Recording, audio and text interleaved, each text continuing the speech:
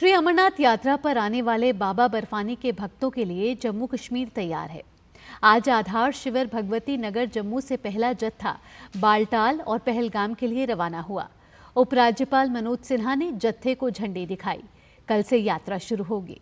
सुरक्षा में किसी तरह की भी कोई चूक न हो, इसके लिए सुरक्षा बलों ने मॉक ड्रिल कर व्यवस्थाएं जांची। बीते दिनों यात्री वाहनों पर हुए आतंकी हमले के मद्देनजर यात्री मार्ग पर सुरक्षा बलों की तैनाती को बढ़ाया गया है। इसके साथ ही ड्रोन और 365 एंगल के सीसीटीवी कैमरों से यात्री वाहनों पर नजर रखी जा रही है। जम्मू कश्मीर हाईवे पर हर 500 मीटर पर और 1 किलोमीटर की दूरी पर सुरक्षा चौकियां स्थापित की गई हैं। इन पर 24 घंटे हथियारबंद जवान तैनात रहेंगे। जम्मू कश्मीर प्रशासन ने देश भर से आने वाले श्रद्धालुओं की सुविधा को दृष्टिगत रखते हुए बेहतरीन इंतजाम किए हैं। सुरक्षा बल यात्रियों की सुरक्षा के प्रति भी पूरी तरह से चौकस है। जम्मू कश्मीर के आवाम का भी इस पूरी यात्रा में बहुत सहयोग रहता है और मैं उम्मीद करता हूं देश भर से जो श्रद्धालु आए हैं बाबा बर्फानी के दर्शन भी करेंगे और सकुशल वापस जाएंगे। आइए अब ग्राफिक्स के जरिए समझते हैं कि कैसे आप श्री अमरनाथ यात्रा के दर्शन कर पाएंगे। जम्मू और कश्मीर में कनेक्टिविटी बढ़ाने के लिए सरकार लगातार नई पहल कर रही है और इसी कड़ी में 29 जून यानी कि 2024 के अमरनाथ यात्रा के लिए 3,50,000 तीर्थयात्री करा चुके हैं पंजीकरण। 52 दिवसीय तीर्थयात्रा के लिए 15 अप्रैल 2024 से शुरू हुआ था पंजीकरण। जम्मू और कश्मीर में स्थित अमरनाथ गुफा मंदिर के लिए हिंदू तीर्थ यात्रा है। तो अमरनाथ यात्रा का ये महत्व, इस मंदिर तक बालटाल और पहलगाम के जरिए 2 रास्तों तक पहुंचा जा सकता है। यानी बालटाल और पहलगाम के जरिए ये 2 रास्ते हैं जहां आप श्री अमरनाथ यात्रा के दर्शन कर सकते हैं।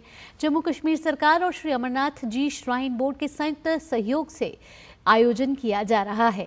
अमरनाथ मंदिर को हिंदुओं के सबसे पवित्र मंदिरों में से एक माना जाता है। अमरनाथ मंदिर को 51 शक्तिपीठों में रखा गया है और इसलिए ये मंदिर हिंदुओं के लिए एक पवित्र मंदिर माना गया है। अमरनाथ मंदिर की गुफा 12,756 फीट की ऊंचाई पर स्थित है।